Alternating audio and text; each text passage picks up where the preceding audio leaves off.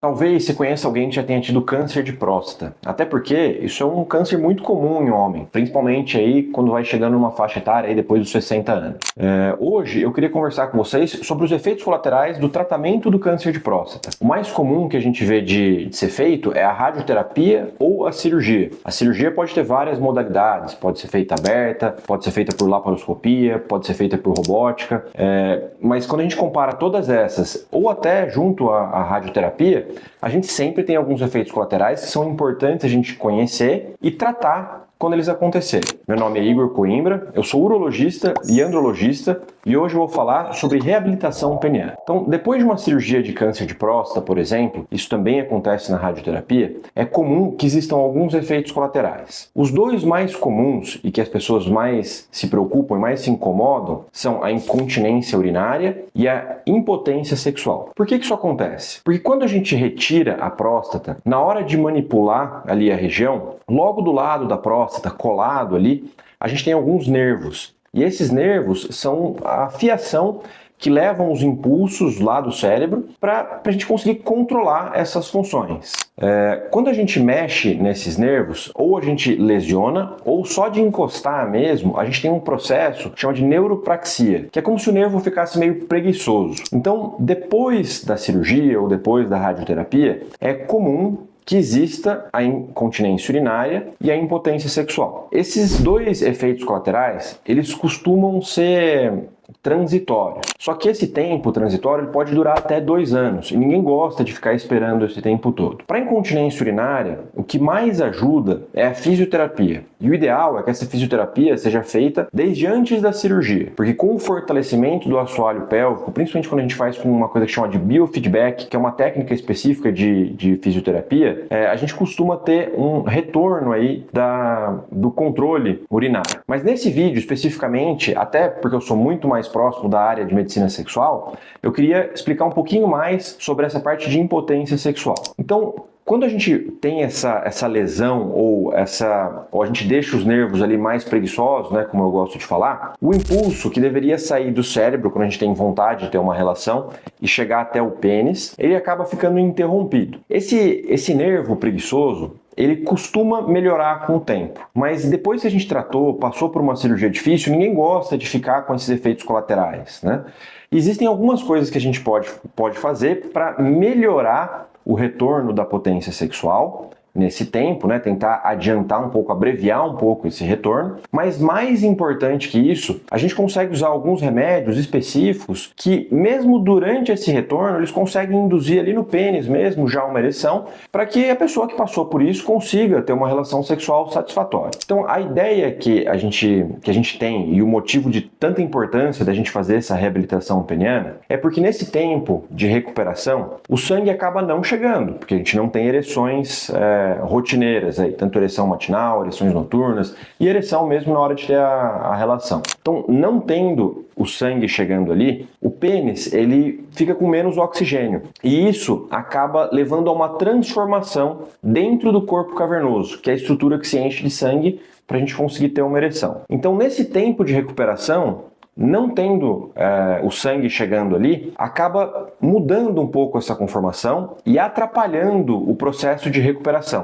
A gente tem uma deposição de colágeno dentro do corpo cavernoso e isso acaba fazendo duas coisas principais. A primeira é que mesmo depois desse tempo, na hora que o nervo volta a funcionar, que ele para de ser preguiçoso, a pessoa ainda assim pode não conseguir ter ereções tão boas quanto tinha antigamente. Exatamente por essa deposição de colágeno, o pênis ele perde a capacidade de se expandir.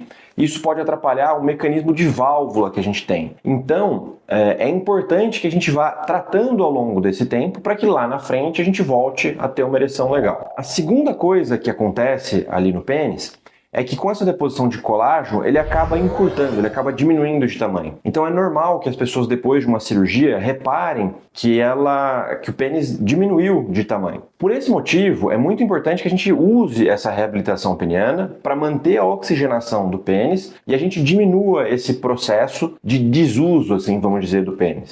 Como é que a gente faz isso? Então a primeira medida que a gente tem é usar os inibidores de fosfodiesterase. Basicamente, tadalafila, sildenafila, esses remédios que são bem conhecidos, né? A dose que se usa dessa medicação ela é variável. Cada médico acredita um pouco mais de uma dose. Eu tenho uma tendência a usar doses mais altas. Esse uso do inibidor de fosfodiesterase, ele idealmente deve ser começado antes da cirurgia também. Assim como a fisioterapia, que eu falei no começo do vídeo, que a gente poderia fazer para incontinência urinária. Quando a pessoa é um bom respondedor, ou seja, ela funciona bem ali com esse remédio, a gente logo depois da cirurgia, principalmente aí em torno dos 2 meses, começa a ver se ele já começa a ter alguma resposta com a medicação oral, com o inibidor de fosfodiesterase. Outra coisa que a gente pode fazer, que ajuda muito, é muito importante, é o uso de bomba a vácuo peniana. Essa bomba a vácuo, ela existe de várias marcas, né? Umas que são específicas para isso, geralmente importadas e até bastante caras, mas o mecanismo ele funciona muito similar com o que a gente encontra num sex shop.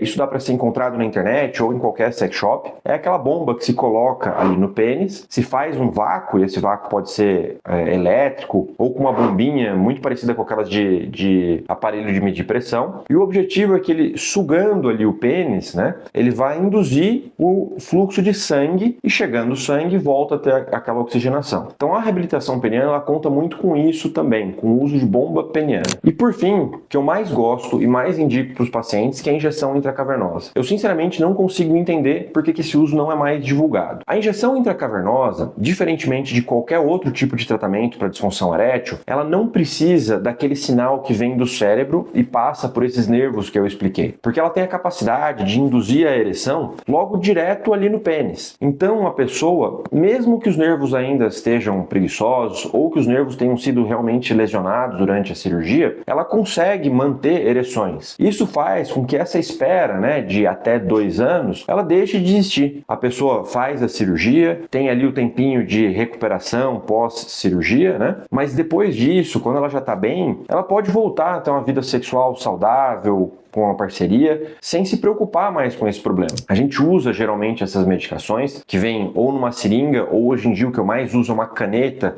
Lembra muito aquela caneta do Ozempic, né? Aquele remédio que tem sido usado para perda de peso. Ela é uma caneta muito prática, com uma agulha muito fininha, e a gente dá uma picada ali na base do pênis. A gente até costuma brincar que é a flechada do cupido, né? A gente dá essa picadinha ali na base do pênis, o paciente aprende a fazer isso e ele ou a parceria já treinada, que pode ter aprendido também, aplica na base do pênis, numa região que praticamente não tem nervo, então quase não existe dor ali naquela região, e ele consegue ter uma ereção rígida, satisfatória para manter a atividade sexual. Depois dos 2 anos, a gente consegue tentar tirar essa medicação, porque às vezes o nervo deixou de ser preguiçoso. Mas nesse tempo, a gente não precisa ficar esperando mais sem relação nenhuma, né? Então, com certeza, isso é uma das coisas que eu mais gosto de usar para os pacientes e eles ficam super felizes. Até porque às vezes a gente consegue alcançar ereções muitas vezes melhores até do que antes da cirurgia, quando já existia algum grau de disfunção erétil. Bom,